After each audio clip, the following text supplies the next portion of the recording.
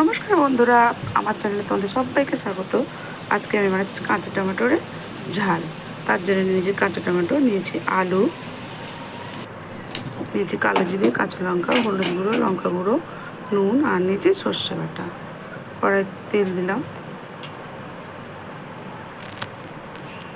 এবার টমেটোগুলো একটু ভেজে নেব।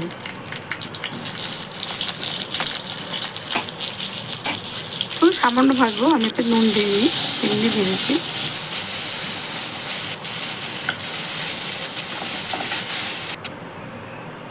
টমেটোগুলো নামিয়ে নিয়েছি, দিয়েছি আর একটু তেল, কালো জিরে,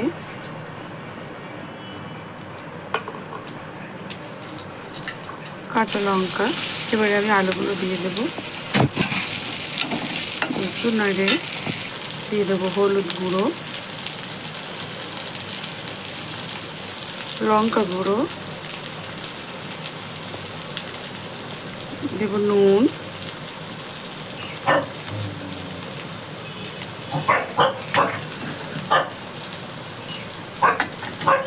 এগুলোকে সামান্য একটু নাড়াচাড়া করে নেবো।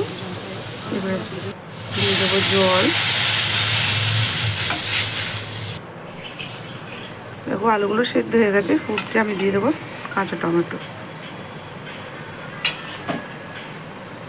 আবার একটু ফুটিয়ে নেব, ফুটছে। এবার আমি দেব সর্ষে বাটা,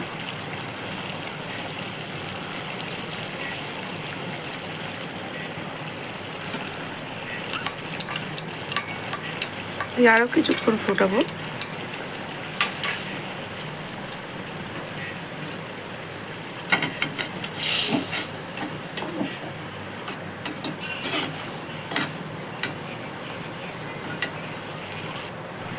এটা হয়ে গেছে, এবার আমি নামিয়ে নেব।